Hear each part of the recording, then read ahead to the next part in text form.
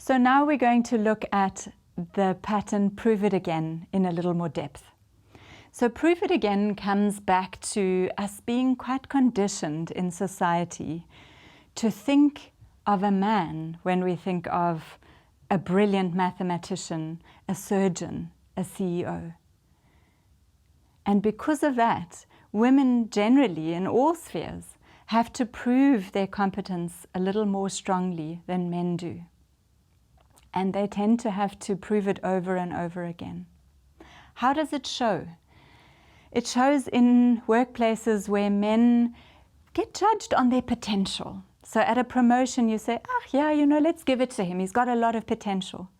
Whereas a woman in the same situation, often what is said is, I think her performance is not quite there yet. We need to just see how it develops over the next couple of months.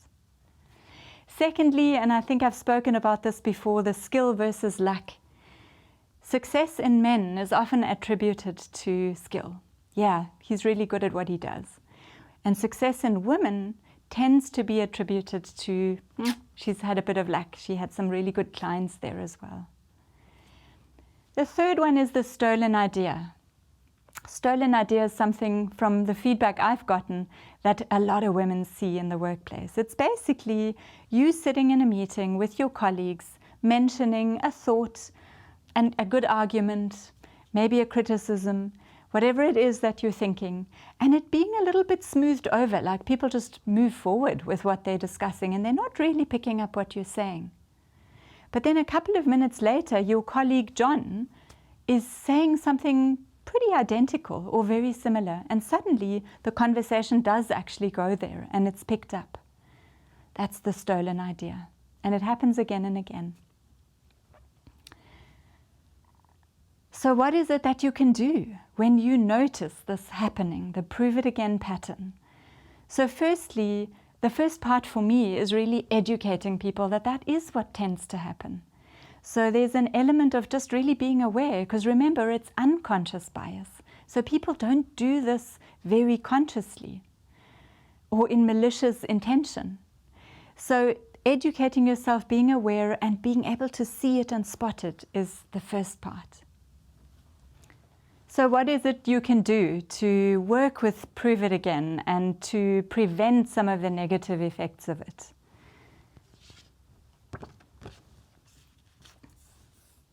The very first thing you can do is to not hold back.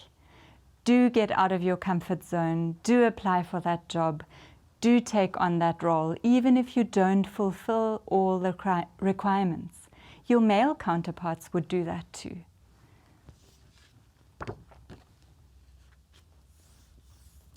You can always ask for a second look. Say, for instance, you're part of a committee choosing a couple of people for a new role, and you're seeing there's a lot of men in there and maybe very few women. You can always say, look, now that we're so aware of the criteria, could we have another look at all the candidates? I just wonder if we can get a better gender mix in here.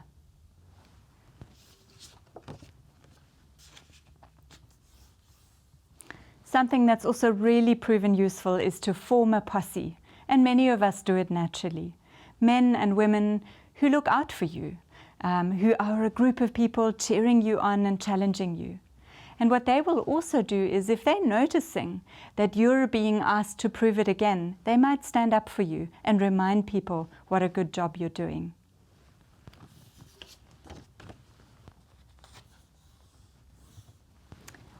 Keeping real-time records at work is very useful. I don't think this is a natural thing for people to do, but do keep any praises, any compliments, any positive feedback you get from clients, colleagues, other stakeholders. Keep it on record. It's useful for you to remind yourself what a good job you're doing, and it might come in handy when you need to remind others. Please also keep records on metrics, your outputs, your sales, your achievements, whatever role you're in. Again, it is just useful to have that data handy when people are asking you how your performance is.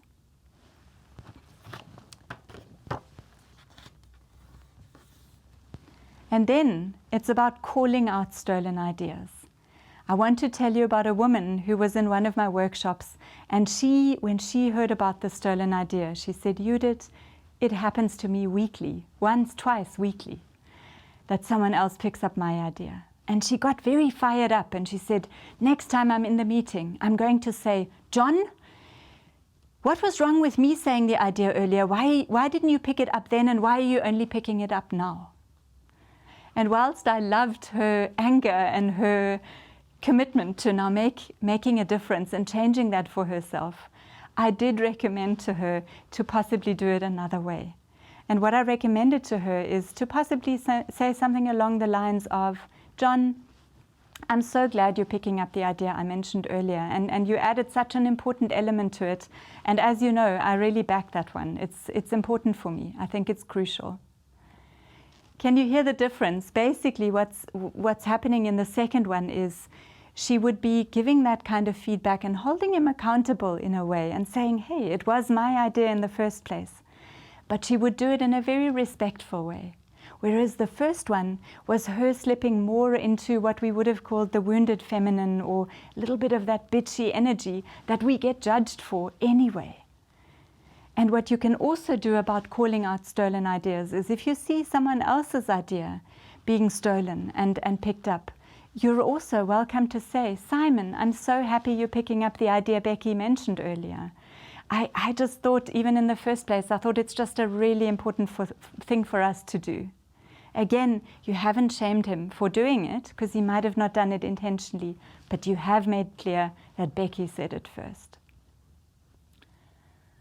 So I hope you've enjoyed hearing some of these tips and some of these tools around working with the Prove It Again pattern.